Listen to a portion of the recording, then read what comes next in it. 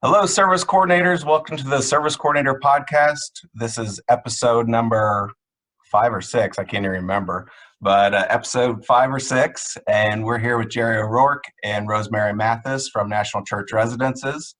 And we are here today to talk about the Benefits Enrollment Center here at National Church Residences and what that program has meant for the residents of Columbus, Ohio, and how we will talk about how Rosemary's gone out and helped those residents throughout Columbus. And Jerrie, why don't you tell us a little bit about your position here at National Church Residences and how we came about being a Benefits Enrollment Center? Fantastic. Hey, Dan. Hey, all service coordinators out there. Thanks for letting us be one of your stellar podcasts. They are going great. So I'm so happy to be on one of these with Rosemary. So I am the corporate director for senior care management with National Church Residences, obviously.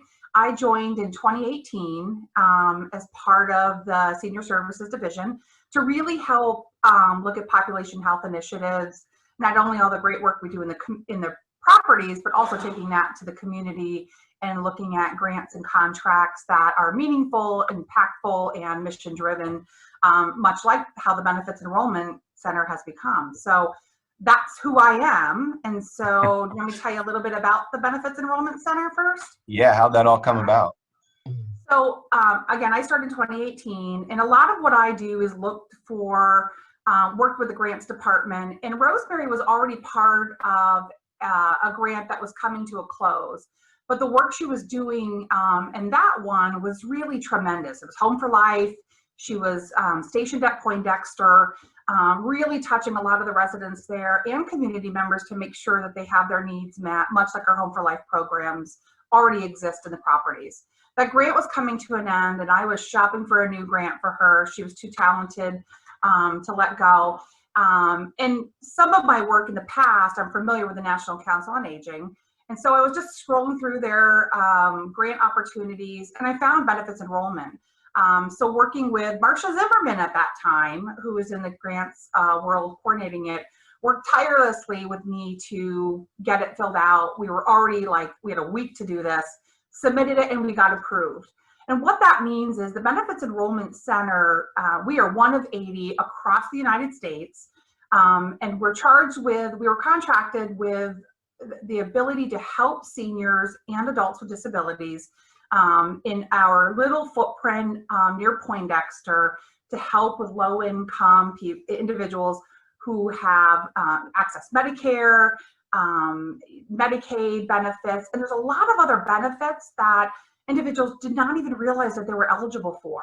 So, and Rosemary can tell you a little bit more after about the different government benefits that we touch base with, but this is a web-based tool. Rosemary can go to you. It was a tool that I really saw so impactful because it was a way for us to touch seniors that we had not been able to do before. The service coordinators and properties engage with benefits and help seniors proactively when they're needing it, but we don't touch individuals in the community. So this was a way that I saw, let's start out. I think it was a $50,000 grant, wasn't very much. It was for 21 months. Let's go, let's make a whirl at it. Well, in we got it obviously, but less than 6 months, National Council on Aging was so thrilled with what we were doing and meeting our numbers and helping seniors and adults with disabilities that they allowed us to expand to all of Central Ohio. And then through other successes and really making an impact, we expanded again to kind of surrounding counties, and NCOA gave us more money. So we finished that grant, and I'm going to then turn it over to Rosemary to give you more details about the grant. And then I can talk to you later about kind of my vision for where this grant is going after 2020 and then in the future. Yeah, Okay. That's great. I'm wondering, Rosemary, before we dive into too many details, can you give us a picture of what a visit for the Benefits Enrollment Center might look like for a participant? Well, we would go out in the community and we would sit with the resident and talk to them about their income, what benefits they're needing. We have like BEC assessment that we fill out. So we find out what insurance they have, what their income is, and what they need. And then just from being there and talking to them, we can kind of determine what benefits they would be eligible for and what services they would need. Yeah, what types of benefits might someone be able to apply for through this Sure, we program? usually basically do the government entitlement benefits, the Medicaid, the Medicare, SNAP benefits, HEAP programs. Sometimes we run into individuals where they are struggling paying their utility bills, and even more so during COVID. So we find resources for that, and sometimes we find resources to help with rent and all that. But the 5 core benefits that we do through the National Council on Aging are Medicaid, Medicare, SNAP, HEAP, and the Medicaid Savings Program. And that's the big one, because so many seniors, I mean, people with income of $8,000 and $10,000 a year are paying Medicare premiums of $140 a month. They have no idea that that benefit could be paid for by the state. And when they find out, it's like the best experience you've ever had, because you're able to help them save money, which they didn't have in the beginning. So how did, Go ahead. I was going to say, so how was Poindexter Place? That's an apartment community on the east side of Columbus. It's been around forever. They've just done a lot of redevelopment in that area. And with Poindexter, how did Poindexter become the place to start this for us? We started here with the Home for Life program, and that was as a result of the Current Institute study, and how these certain zip codes in this area were underserved, and the mortality rate was really 20 years difference, and that was like a huge red flag. And so the Osteopathic Heritage Foundation came in with a grant that National Church applied for, and that's how I came here to Poindexter. And so we were serving basically the Near East Side. And then when we went into benefit enrollment, the Poindexter residents, and like all of the residents who we had previously served in the Home for Life program, were all like good candidates for the benefit enrollment program, whether to get new benefits or to recertify what they had, because we also recertify benefits as well for residents. Gotcha.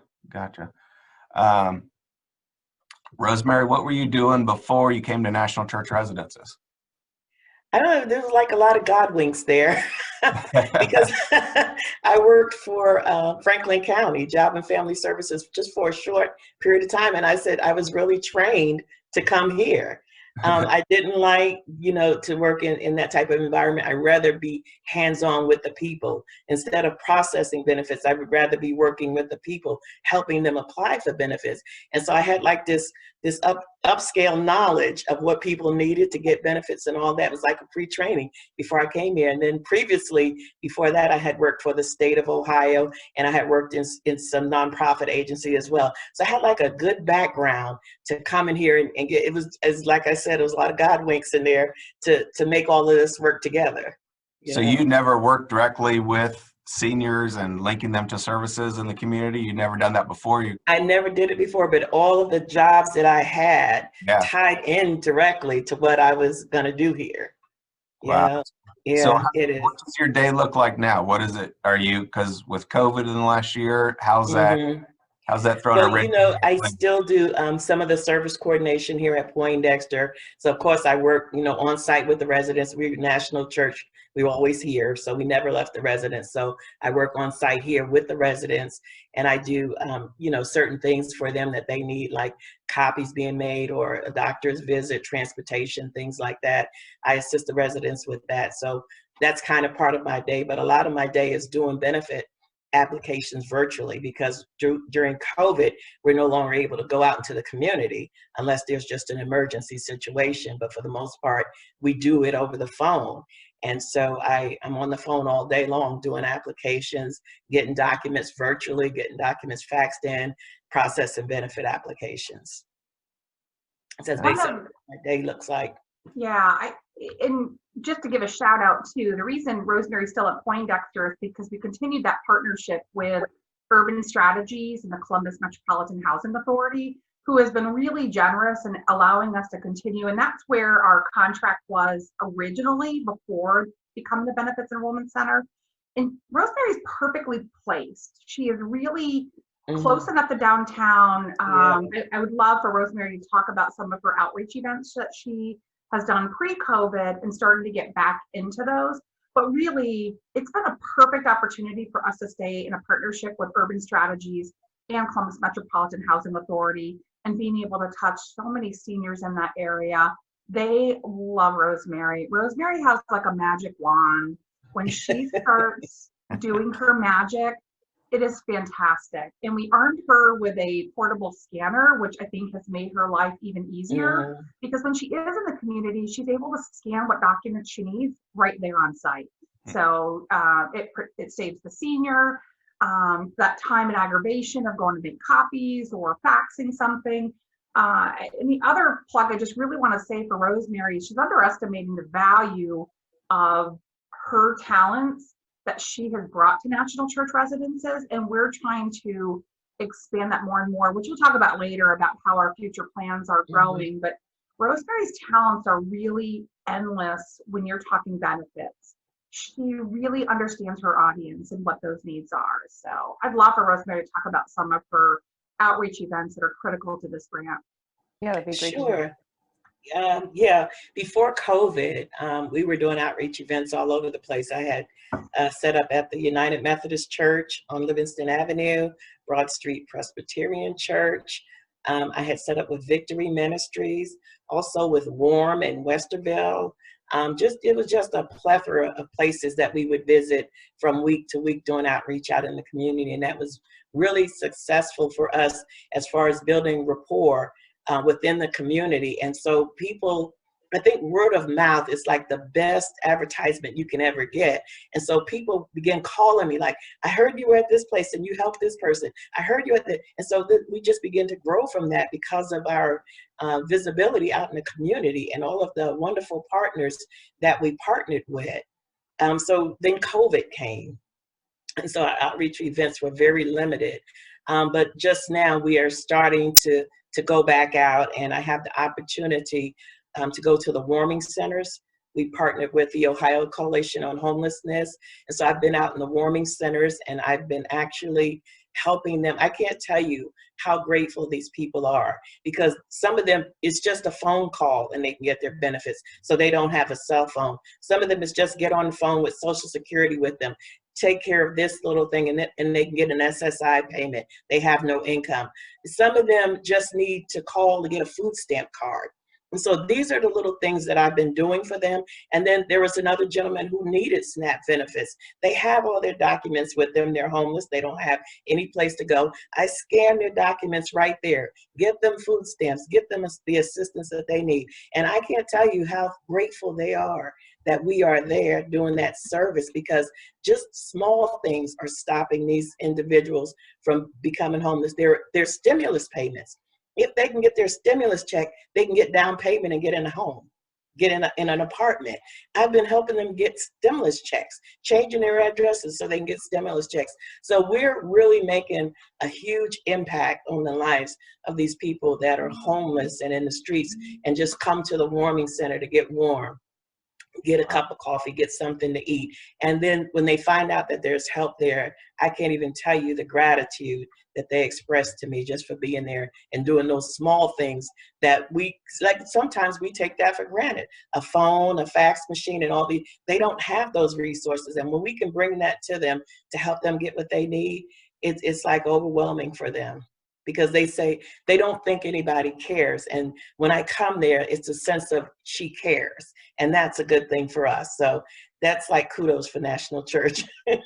Yeah, and Yep. I think that really speaks to, part of what Dan and I are trying to do with this podcast is get out the word about service coordination as as a field. And I think it speaks, so what you're saying speaks so much to the idea of the impact of service coordination, because the services are out there, the benefits are out there. We don't have a lack of a program for it. Sometimes there's gaps in services, but a lot of times the gap is getting the person connected to the service. It's navigating the system and having a person who's your advocate, who's your expert, who's your cheerleader, that all of the emotional and logistical support that a service coordinator gives to whoever they're working with. That's the huge, special sauce of service coordination. And You're Yeah, speaking that's to the absolutely impact right. of that. Yeah, That is absolutely right, Tara. The fact that they have their form sitting in their folder or bag or duffel bag, whatever they have with them, and that's the only thing, and that all they needed was just a phone call or a fax or whatever. Like, Yeah. just wonder how long that form's been sitting in their bag, and they've been, struggling for what, a day, a week, or month, or whatever it might be, just because of this form sitting there is Even crazy. if they don't have their form, Rosemary's able to make connections and make sure that we can get that form again. I mean, our home choice program does that all the time, but it's just such a magical, to me, it is the core of our mission driven. We are reaching seniors and adults with disabilities in the community like we've never been able to do before. I mean, that's just so different. Some of the referrals that Rosemary touches, because she's thinking all things National Church as well. She's had applications for assisted living waivers so that our seniors can get into those buildings, and they never did before. Rosemary referred to our new Senior Select Center, and some of those seniors who didn't have physicians or just relocated here get connected with Rosemary, and now she's referring them to the center. There's so many things that she's touching that is touching all business lines. I can't tell you, probably most of the referrals that Rosemary is getting is touching housing in some way. Unfortunately, our wait lists are preventing a lot of those folks from coming right in, but they're getting on wait lists. They're talking to our properties. They're thinking what services that someone might need, and they've been struggling for a long time. So it's almost like a whole bag of tricks in one with Rosemary. She's got a lot of magic, but she's just out there doing it, and it's seamless for her. And we would love to just expand that further. So what's the future look like for the program? You said maybe there's some talk about expanding. There is. So we've expanded 3 times. Again, with the support of National Council on Aging, they have loved what we've been doing, and they have a vision because we're in every property. So about a year ago, pre-COVID, we trained several Central Ohio service coordinators to help us with this mission. They're already touching their seniors. They're already helping with some of the benefits enrollment, and we asked them to do some of the screenings for us. When your seniors are ready to be recertified, or anyone interested in benefits enrollment, the service coordinators in the properties were able to screen them and then refer them to Rosemary. Francie did this at the firehouse, in the community. So we can have as many screeners as possible.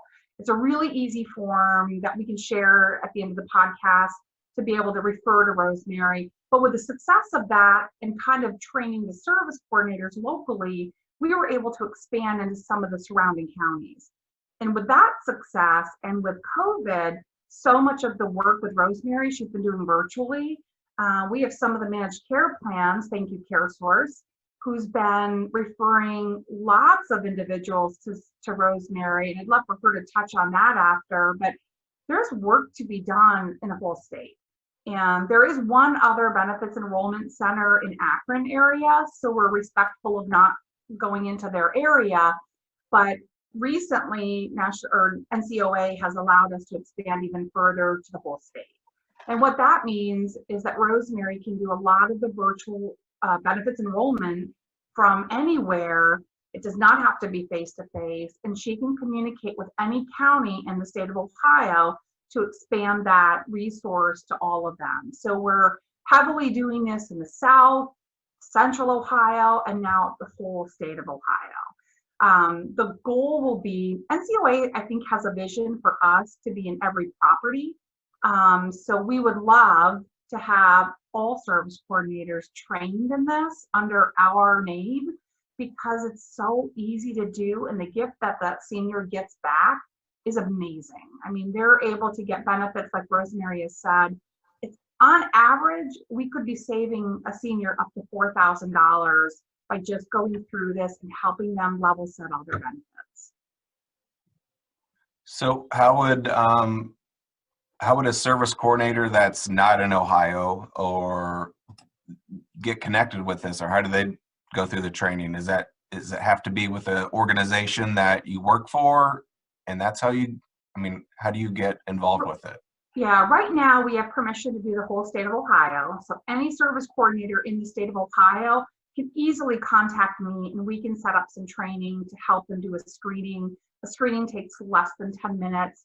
I bet most service coordinators already know this information. It's what's your insurance, what's your Medicare, Medicaid, what's your income. There's very little information we need to collect up front.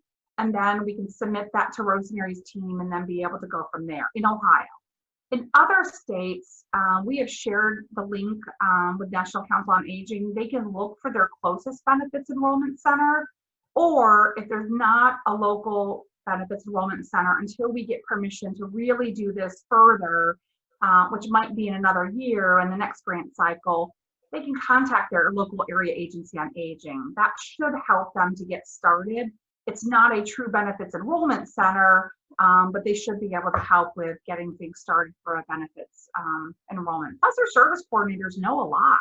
I mean, they know a ton of information. So to me, it's so easy for them to just flip the switch, do a screening that then starts to count all the work that they're doing. It's a way to really validate, too, how many times a service coordinator is touching benefits enrollment. And that is so important to our seniors.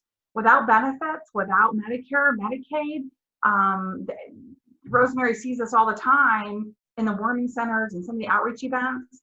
Once that's turned on and we make sure that they do not lose that benefit, is a gift for them. I mean, if that's the least we can do for them and keep them in a warm place, that's important. Yeah, and I would guess that a lot of service coordinators who are going to listen to this podcast, they, like you're saying, they know a lot already about benefits, depending on how connected they are to a benefits enrollment center like this, or how their local benefits operate. They may end up having to deal with a lot of bureaucracy, or being on hold, or they may have like a internet portal they can work with their residents on. It just depends on the place. But I think this is a really good program for service coordinators to be aware of, that if there's 80 benefits enrollment centers across the country, they potentially could be partnering up with those across the country as well, and with us in Ohio. So yeah, that's a great point, Jerrie. Can I share a quick success story? I'll be quick. This is one of my favorite stories. What'd you say, Dan? You said you're fine. Emphasis on quick. No, this will be quick. You're fine. Because since Rosemary has started, we have gained a lot of support from National Church Residences. I'm forever grateful for that. Because it's not a grant that makes money, of course, but it's mission work at our core, and it feeds our other business lines. So hospice refers to Rosemary. Our navigators, which is a new process that we're testing in Ohio, is referring to Rosemary.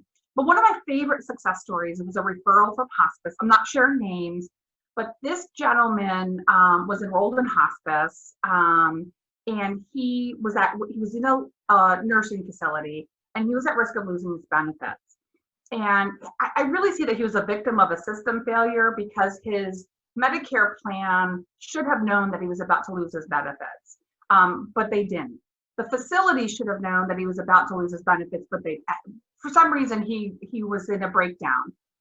He really kind of alienated himself from family that lived out of state. His mom was still alive. He had an ex-significant other in the area. You know who I'm talking about, Rosemary? I just think it's the world of this case, because it shows the value of what was happening. So we were panicking. He was going to be kicked out of the facility, which really burned me, because he was on hospice. He was not actively dying, but he was in hospice. Mom was living in another state, who was very frail herself, and she was panicking for her son. He had a lot of issues in the past, alienated friends, family, ex-wife. Nobody knew that this guy got that letter and was about to turn off his benefits. So he was about to be homeless. And all these services involved couldn't protect him and help him. One referral to Rosemary, she met him at bedside. Obviously, this was pre-COVID, but it was close to COVID. So I don't know what would have happened if it was another month later. She met him at bedside, and in a week, right, Rosemary? I think it was in a week. And she got his benefits, yeah. Yeah, she got everything turned back on again.